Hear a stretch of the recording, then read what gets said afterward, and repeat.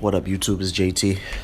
And I just watched the boxing waves video, and I watched dream chasing videos, and they're asking, does Danny Jacobs have a chance in a fight against Golovkin? Um, I think of course he has a chance, but that chance is only a puncher's chance. I mean,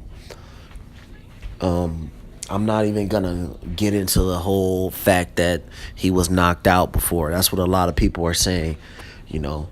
But that was a long time ago. We can't dwell on that, you know. And we don't know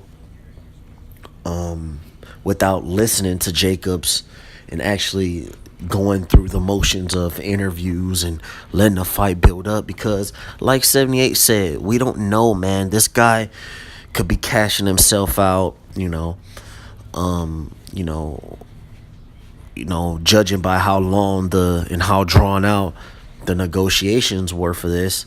We don't know what can happen with this, man.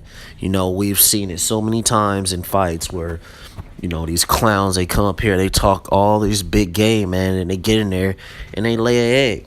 And we get duped, and we all look like suckers in the end, like Nicholas Walters, man.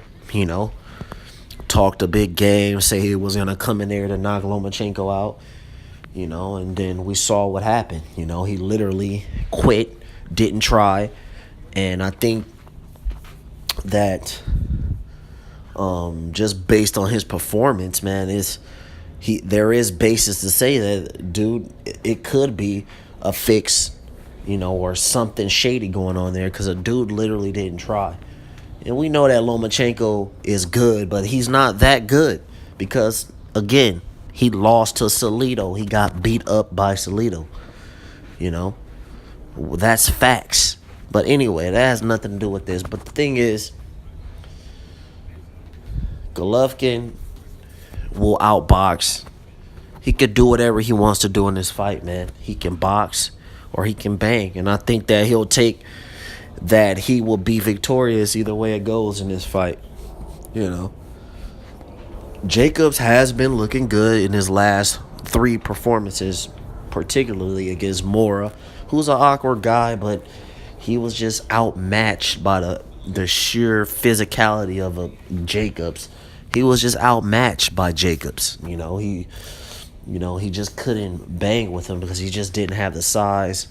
We know Mora, he was moving up from 154. He didn't have many fights at middleweight, and he just couldn't deal with the size and the strength of Jacobs. But now here we have a guy in Golovkin who's a huge puncher, probably the hardest puncher in the sport of boxing, going in with another big puncher. So it's going to be kind of like the clash of the titans, man. Who's gonna give in first, man? Who's going to wilt under the pressure?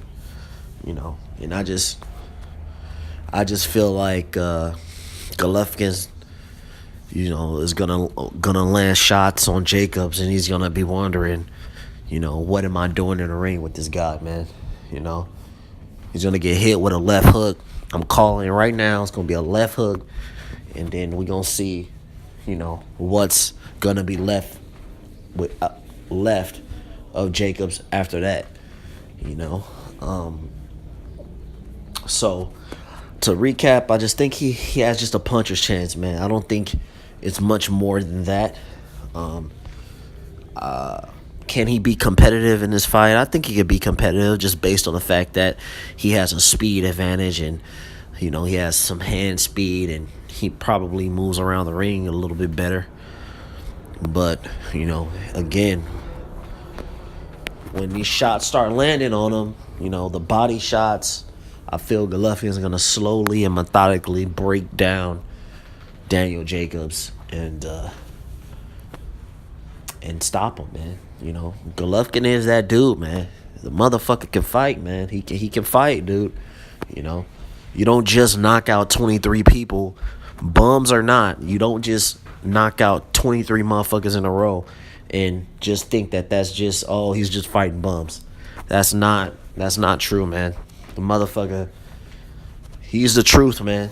And I think he gonna blast. He gonna really, really put on a exhibition on Daniel Jacobs, man.